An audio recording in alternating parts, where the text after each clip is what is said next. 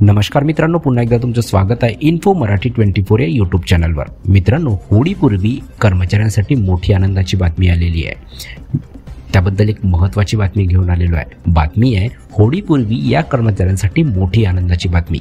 मित्रांनो, नेमकं काय आहे या बातमीमध्ये आपण नक्की बघूया। पण त्याआधी जर तुम्ही आपल्या चॅनलवर नवीन असाल तर चॅनलला सबस्क्राईब करून बाजूला दिलेल्या बेल आयकॉनला नक्की क्लिक करा।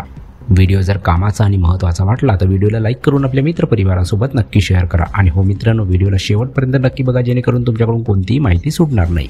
मित्रांनो, झारखंड सरकारने आपल्या कर्मचाऱ्यांच्या महागाई भत्त्यात 7% वाढ करण्यास मंजुरी दिली आहे। ही वाढ मागील 1 जुलैपासून प्रभावी होणार आहे। मात्र ही वाढ 6व्या वेतन आयोगाच्या अंतर्गत करण्यात आली आहे। केंद्र सरकारच्या कर्मचाऱ्यांना होळीपूर्वी मिळू शकतो डीए वाढीचा लाभ। मित्रांनो, केंद्र सरकारचे कर्मचारी जानेवारी ते जून या 6 माहीसाठी महागाई भत्त्याच्या प्रतीक्षेत आहे। अशी अपेक्षा आहे की सरकार होळीपूर्वी याबाबत निर्णय घेऊ शकते। दरम्यान झारखंड सरकारने आपल्या कर्मचाऱ्यांच्या डीए मध्ये 7% वाढ करण्यास मान्यता दिली आहे। ही वाढ मागील 1 जुलैपासून लागू असेल, म्हणजेच राज्य सरकारी कर्मचाऱ्यांना एरियरच्या स्वरूपात महागाई भत्त्याचा लाभ मिळेल।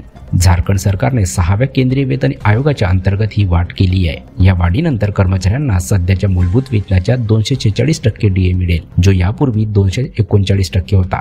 6व्या वेतन आयोगाअंतर्गत निवृत्ती वेतनधारकांना मिळणाऱ्या महागाई सवलत म्हणजे डीआर मध्ये देखील 60% वाढ करून ती 246% करण्यात आली आहे। 5व्या वेतन आयोगाच्या कर्मचाऱ्यांनाही लाभ। मित्रांनो, संयुक्त कॅबिनेट सचिव राजीव रंजन यांनी सांगितले की 5व्या वेतन आयोगाअंतर्गत येणाऱ्या सरकारी कर्मचाऱ्यांसाठी देखील डीए सध्याच्या 443% वरून 455% करण्यात आला आहे, जो 1 जुलै 2024 पासून लागू होईल। पश्चिम बंगाल सरकारनेही दिला बोनस। मित्रांनो, पश्चिम बंगाल सरकारने देखील कर्मचाऱ्यांसाठी भत्त्याची घोषणा केली होती।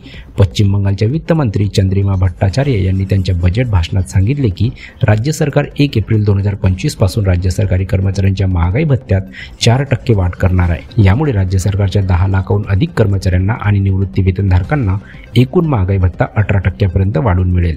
पंजाब सरकारकडूनही दिलासा।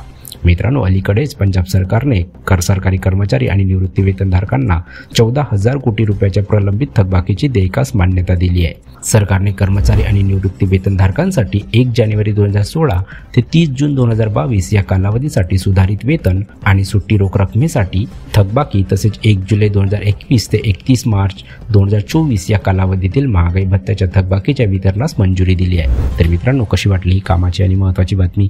जर बातमी कामाची आणि महत्त्वाची वाटली असेल तर व्हिडिओला लाईक करून आपल्या मित्रपरिवारासोबत नक्की शेअर करा। तसेच जर तुम्ही आपल्या चॅनलवर नवीन असाल तर चॅनलला सबस्क्राईब करून बाजूला दिलेल्या बेल आयकॉनला नक्की क्लिक करा। व्हिडिओ बघितल्याबद्दल खूप खूप धन्यवाद।